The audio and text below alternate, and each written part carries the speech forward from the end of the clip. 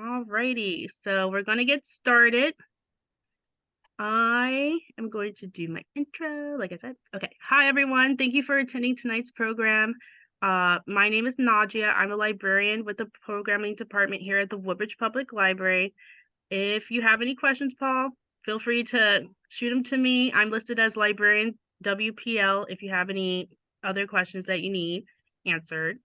All of your cameras are off and your mics are muted so that you can stay focused on the program and to help with sound quality. But if you have any questions at all, feel free to jump in at the end of the program after we've talked about the information to ask your question or have a comment, anything that you have to have. And I just want to let you know, if you want to stay updated on other events taking place at the Woodbridge Public Library, feel free to check out our Facebook, Twitter, Instagram, or our website. We're doing a lot of stuff for December, a lot of holiday things, a lot of health things, and feel free to register for any of them. We have another virtual event coming up in 2 weeks about meditation, so feel free to join us for that. And enough for me now. Please join me in welcoming Dr. Chaudhary and the Jiguar team. Thank you, Naja, for the introduction and for explaining everything that you guys do. We're very happy to be invited to have this talk with you today. My name is Dr. Chaudhary. I'm a pediatrician, and I practice here locally in the Woodbridge areas, in Avenel, Metuchen, Edison, Perth Amboy, and Elizabeth. That's where we have our offices. We see children from newborn age onwards. And my focus is in the areas of development and behavioral health for children and mental health for children. With me today, I have Anna, who is my core team member. Both of us work very hard to spread the awareness that is needed among parents regarding developmental concerns in children nowadays that have risen a lot. Somebody you know? I'm sorry. Okay, so we're going to proceed. Anna, if you want to just go on to the next slide. Okay, so I would want to kind of talk about child development today. And what exactly is child development? Usually parents, the first thing that they want to know is if the child is gaining weight appropriately, gaining height and growing. And the next thing that comes to their mind is if the child is having, is learning things at the right time. Specifically, when we talk about learning, is they want to make sure that the child is recognizing colors at the young age, if they're able to repeat their ABCs at 1 to 10. But I really want to stress the fact that the child may be doing all of these things, that is recognizing colors, reciting their alphabets and numbers, and they still may be having concerns such as being on the autism spectrum or having other sensory and social related concerns and behavioral issues.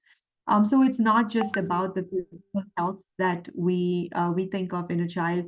The child, when we say that is developing normally, we have to consider their social development, their emotional development, and of course behaviors that are accepted, along with other cognitive functioning. Anna, we can go to the next one. And so when we talk about delays, it's not just delaying in their ability to maybe hold things or roll or stand and walk. It's also in their abilities to communicate effectively. If they don't have the speech at as young as 12 months, it's okay, but they're still able to communicate by having the eye contact, using some form of gestures, and understanding, responding to their names. So all of these things become important when we talk about development. So that's why we have the milestone checklist for parents to understand that when the child is falling behind any sort of skill set, it has to be identified. We can go on to the next slide. So the parents, in fact, play the most important role in the child's development, because by the time the child comes to the doctor and when the doctor is picking up the concerns, it may be late.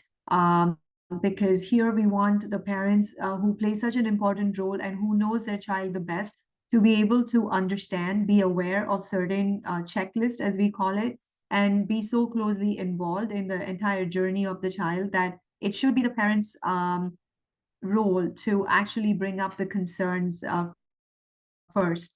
And that's where we want to reach, because once that starts to happen, we know that the concerns in children will be picked up very early. So for an example, if I tell you, if a child is coming to the doctor's clinic and if the child is crying because, waiting for the vaccinations and is so uncomfortable, and in that limited period of time, with the most experienced doctor, some of the borderline concerns are easily missed. And that's when we want to stress the fact that if the parents are aware and if they bring up those concerns, then it becomes easier for everybody that's involved in the child's care to make sure that that all of these questions that they may have, they are taken care of, and we're able to help the child early on. Anna, we can go on to the next one, please. So first step I wanted to talk about is autism. Autism is a developmental disability caused by differences in the brain. It is called autism spectrum disorder because a child may be anywhere in the spectrum, and there could be concerns that are very mild and borderline to very, very obvious, where they are non-verbal. That means they have no speech for communication. And along the way, there are other concerns that we're going to be talking about that is covered under autism spectrum disorder. We'll go on to the next slide. Autism is very high in the incident rate. As you can see, is 1 in every 36 child as of this year, 2023. And if you look at the graph, it has drastically risen in the past couple of years. So it has a very, very high prevalence rate. Can we go on to the next? Signs and symptoms.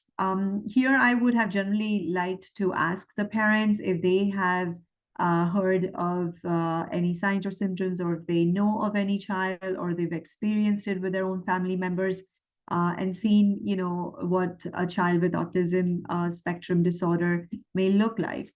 But in general, the most important characteristics are that these children, they have lack of communication with the environment, with the people around them.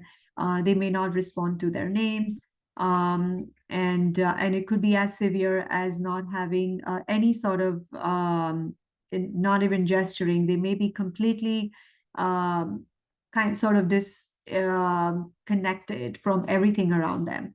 So these are the very basic signs that you see, along with some other ones that we'll talk about in the next slide. So social communication and interaction skills concerns that you see, these children will, as I spoke about, was to avoid eye contact. They may not respond to their names. And these signs can be picked up early, because normally a child who's 6 months old, when you look at them and you call their name, you smile, they would be smiling back at 9 months, even if they're involved in doing something else. But as soon as you call their name, they identify their name, and they will be looking up at their parent or the person who is trying to interact with them. Then again, at 12 months, even though the child may not have speech, but they are using a few gestures for maybe like saying hi or bye, or picking up their hand, trying to wave, or some sort of indication that they're understanding, they want to connect with you.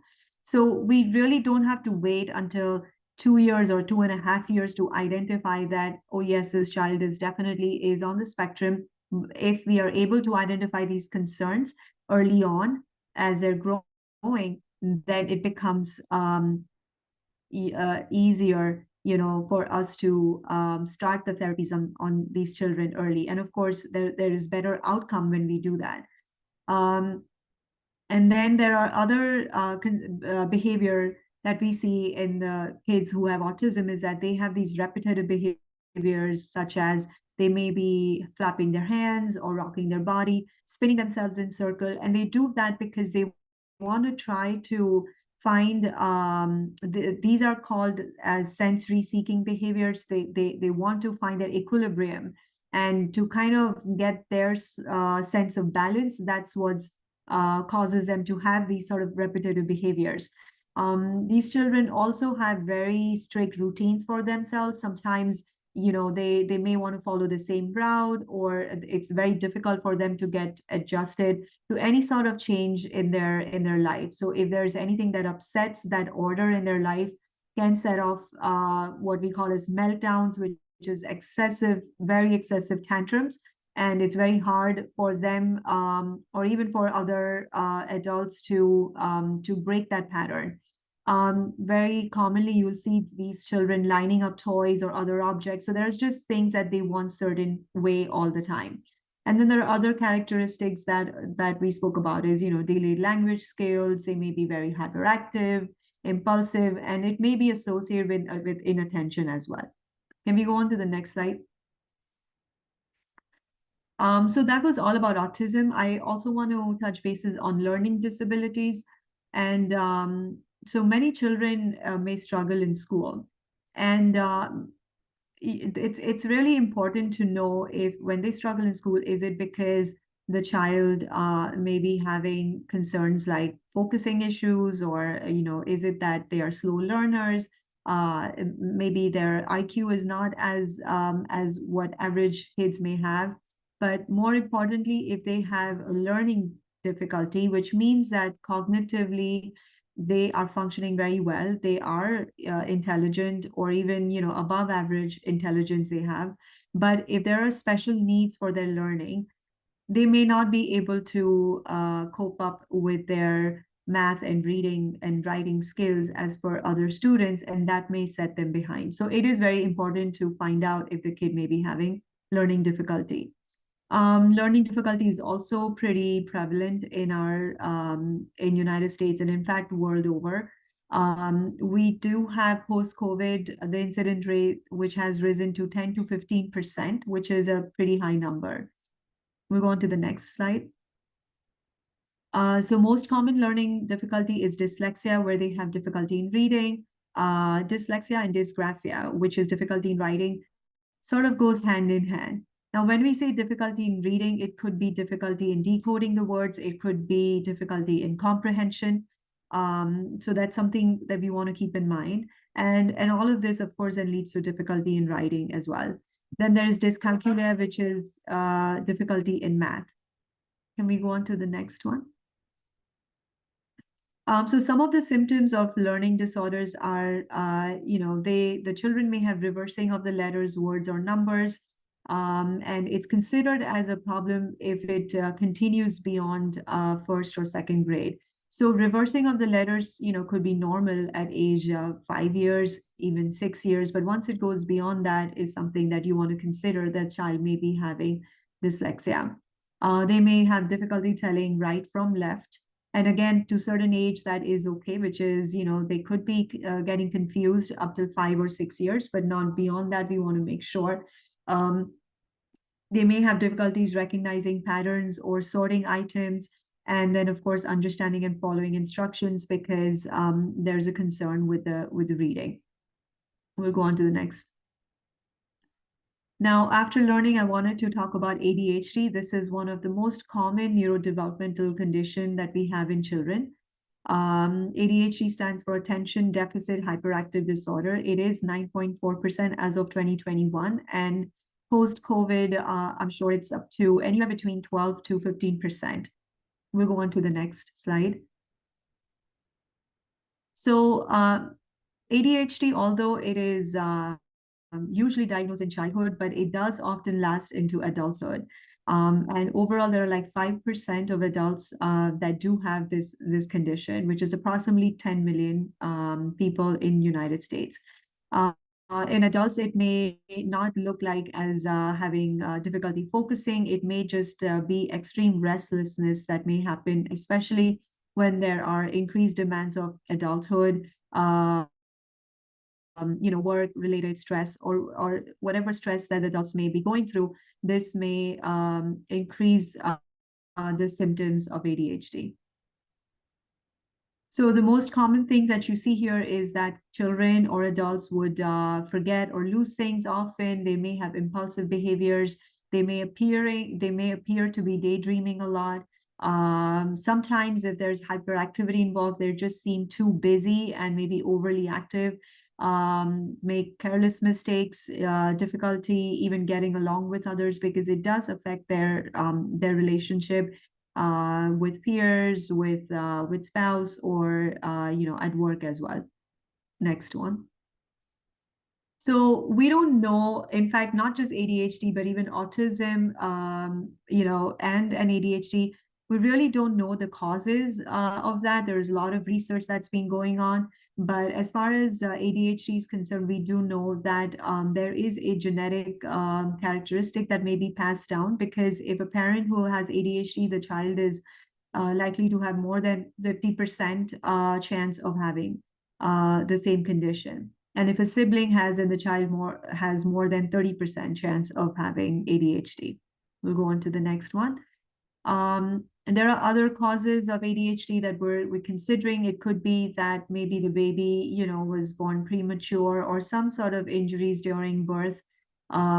Factors like maybe eating too much sugar, watching too much TV or video games, addiction. Sometimes if there is disrupted family or poverty, or any of these traumatic condition can predispose the child to be having ADHD. We'll go on to the next. So so not only just for ADHD, but we'll talk about other steps as well. So we have the application which is called Jiguar, and there are very simple tools available for the parents. And in this parents resource application tool, there is a milestone checklist that the parent can track right from newborn age onwards. Then they have a checklist for autism, for ADHD, and for other mental health concerns. So it goes from newborn age all the way to 18 years of age. It is a guide for the parents to understand how the development of the child, happens.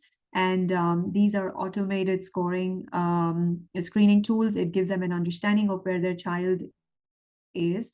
And again, it kind of prompts them that what sort of help would be needed for that child. So the whole goal is to get these concerns identified early and get the child the help that they need early on. We are going to play a short video at the end, but this slide just shows that you could either screen through Jiguar, or there are other questionnaire tools that are available. If you Google them, for kids, there's a Vanderbilt ADHD screening tool for parents. And there's a teacher rating tool as well that they could use for their students. And for adults, there is a self-report scale. Then the step 3 would be, of course, to get to see their primary, either the pediatrician or to see their other physician, who would then refer them to a developmental specialist or a psychologist, where it becomes very important to do an IQ test first. An IQ test is needed to understand that if the child, what's the how the child is performing, and what could be expected in terms of once we start giving the therapies or the medications to the child. And that becomes easy to understand once we know what the IQ of the child is. We also have to distinguish whether this is a learning difficulty from an ADHD, because the treatment is different. There are programs that are given for learning difficulty, which are different than how we would treat a child with ADHD. And then, of course, step 4 is if they need any therapies. Very likely the child may require an occupational therapy, which helps them with like sitting tolerance, their compliance. It helps them with their fine motor skills, coordination skills. All of this play a very important role for treating ADHD. Going back to autism, there is an ABA, which is applied behavioral analysis. That's a behavioral therapy that we use for children who have autism. So if the child is less than 3 years, it's very important that parents, when they bring up the concerns, or if the child is picked up by the pediatrician, that the child gets referred to early intervention. This is provided by the state, and it's a great tool where there will be specialists that will reach out to the parents, will come to their home, evaluate the child, and then form a program for the child to start receiving therapies. The therapies can be given at a child's home. It can also be given if a child is going to daycare. So any of the natural environment, that's where the early intervention people, the specialists go and provide therapies. And then, of course, along with that, you also want to reach out to your primary, who will refer you to the specific specialist that's needed. Now, pediatrician or your any primary physician is a key person here to distinguish any child from making sure that it's not like a seizure disorder that could mimic some of these symptoms, or that basic steps such as, is a child having a proper hearing? Because if they're not having an ideal hearing, then that again can affect their speech. So you need that sort of an expert to navigate these, the child and the parent in the right direction after understanding the entire symptoms that's there. And of course, the step 3 would be to enroll the child in therapies if it is in fact autism spectrum disorder or ADHD. We'll go on to the next one. If the child is more than 3 years of age, the early intervention does not really play a role here, but there are township schools that offer therapies in the school. So you do need to reach out to the township and where the child can be enrolled in school earlier, earlier than the kindergarten. So that means they can benefit from going to the township schools, getting therapies for in between ages 3 to 4 and 4 to 5 years before they start kindergarten. So the goal is, again, to make sure that the kids who are borderline, in fact, getting extensive therapies, may put them in mainstream schools when they start kindergarten, and the child may not require therapies, or there could be ongoing support in form of IEP, which is individual education planning in schools. So all of this, we need to kind of start at 3 years, but at the same time, the pediatrician or the primary physician will also have to rule out if there are any concerns like seizures by referring them to neurologist, or they may need ENT referral for hearing issues. And if the kids are older, they may also need to see a psychiatrist or a psychologist in case if there are certain overlapping mental health concerns like anxiety or depression that may be interfering with the child's performance in school. Go on to the next one. I believe that children can be empowered regardless of their condition. All they need is love, care, consistent effort, and professional help. I think we can play the video, Anna, after this.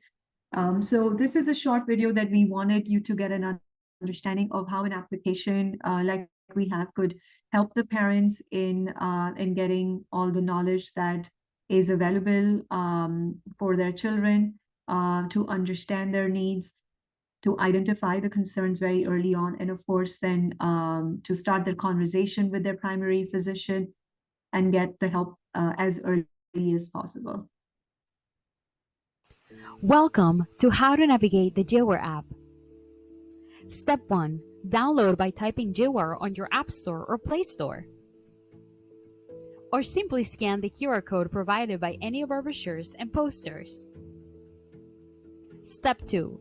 Register by providing your phone number. After doing this, you will receive an OTP code, which is a personalized code to begin registration. Step 3. Fill out the form with your name, email, city, and personal information. Make sure to read the terms and conditions and click on Register. Step 4. Change the language. Jiguar offers multi-language support, allowing you to change the app to your preferred language. We have English, Gujarati, Hindi, Spanish, Chinese, Marathi, Punjabi, and Telugu.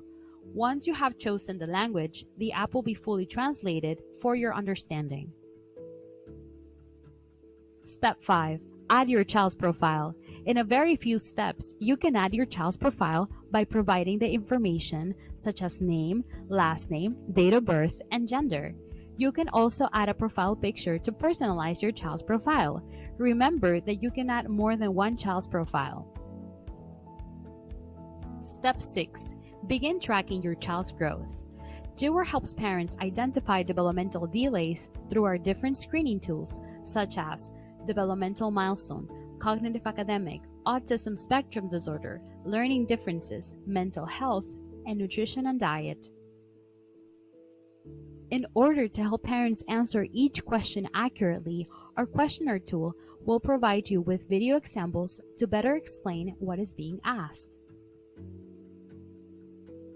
as well as different images or GIFs for each question for easier understanding. Step 7. Conclusion. Based on the responses provided by the parent, our Jiguar app generates an auto report of any concerns that should be addressed. Our conclusions will also provide a graph identifying the concerns based on the parent's responses, letting the caregiver know what needs immediate attention, as well as the areas of concern that should be mentioned to the pediatrician or specialist. Step 8. Contact a specialist. The parent can speak to the primary pediatrician, and Jiguar will provide them with a list of specialists they can contact based on the questionnaire conclusion. You can find the information of the provider or specialist through the conclusion, or simply go back to the dashboard and click on Providers. Here, you can find more information on the specialist you are trying to contact. By selecting them, you can find the phone number, clinic information, and location of the specialist. Step 9. Enhance your child's growth. Jiguar offers developmental activities in order to enhance their child's development in areas of concern. Jiguar provides parents with different ways to help stimulate their child and work on fine motor, sensory, gross motor, speech, feeding, cognitive, memory, behavior, attention and focusing, coordination, and more. Our development enhancing activities are designed for children newborn to 6 years old and divide up to different categories such as occupational therapy, working on fine motor and sensory skills, speech therapy, working on social communication and cognitive skills, physical therapy, working on gross motor skills. And for older children 5 to 6 years old, seasonal categories such as fall season, winter season, spring season, and summer season. Once a parent has selected the age group and category they would like their child to work on, they will see the goal and activity and how many times they should work on this activity with their child. The activity will also provide the parent with a GIF in order to help the caregiver understand how the activity should be done. By working on these activities, the child not only receives the assistance they need, but also a bonding experience with their caregiver. Make sure to check off the activity before working on the next one. Thank you for watching. Jiguar, the village your child needs.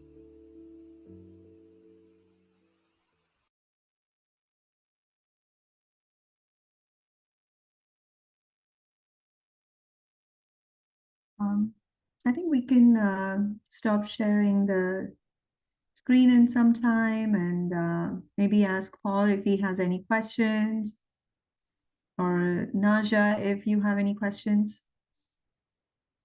So far, I have nothing in the chat. Okay. All right.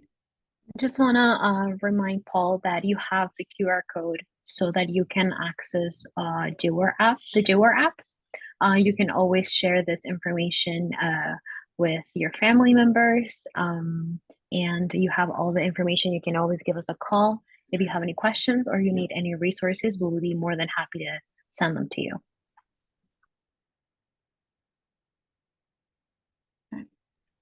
Paul sent us a thank you. Thank you, Paul, for watching. Yes. Thank you.